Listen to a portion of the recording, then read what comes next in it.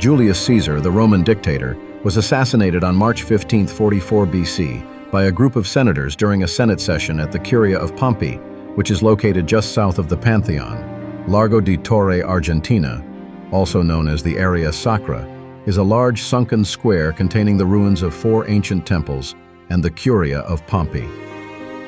A group of senators led by Marcus Junius Brutus, Caesar's friend, Gaius Cassius Longinus, and Decimus Junius Brutus Albinus, stabbed Caesar to death approximately 23 times in a large rectangular hall where the Roman Senate sometimes met.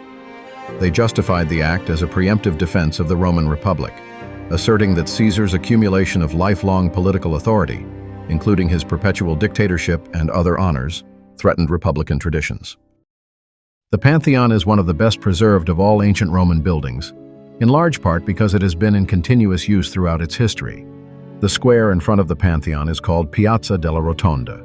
The Pantheon is an ancient 2nd century Roman temple and, since AD 609, a Catholic church known as the Basilica of St. Mary and the Martyrs. It is perhaps the most famous and architecturally most influential rotunda.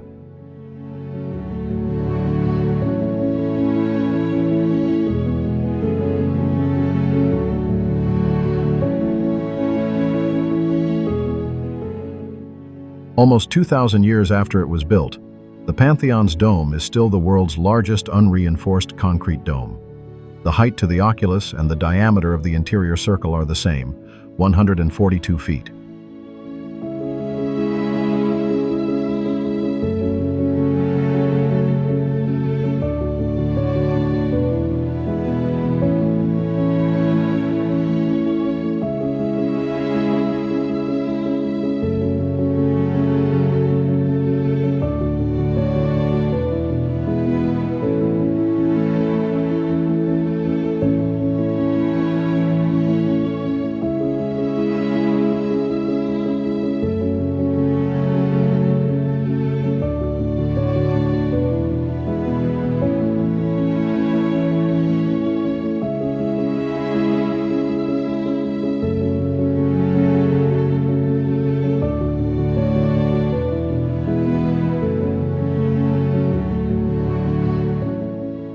A giant sculpture in the shape of the crown of thorns has been placed in the center of the Pantheon in Rome.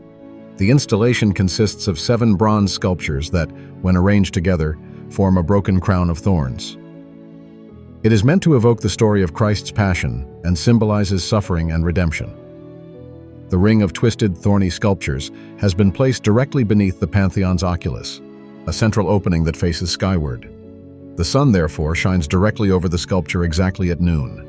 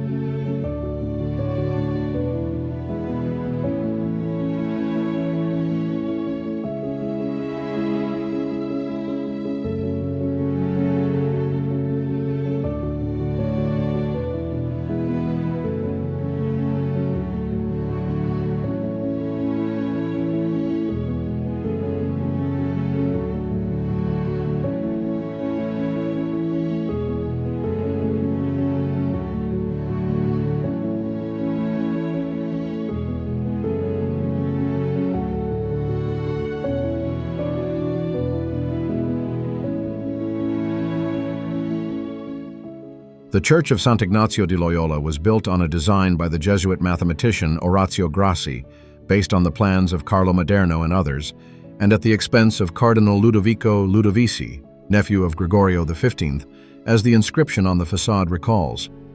This is inspired by that of the nearby Church of Gesù, with 2 orders of pilasters and Corinthian columns, enriched by large windows, niches with tympanum and folders.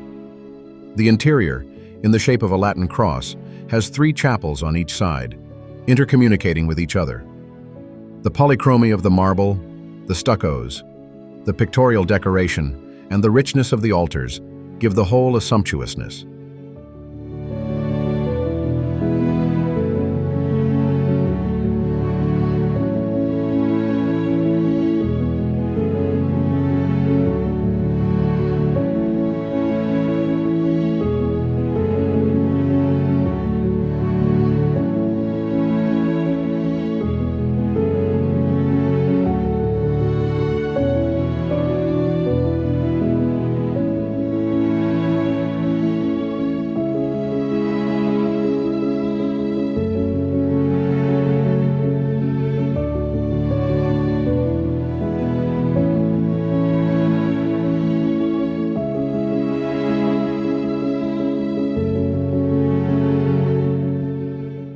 The decorations on the ceiling of the grandiose vault of the nave are by Andrea Pozzo, brother of the Jesuit order, and represent the rise of St. Ignatius into paradise.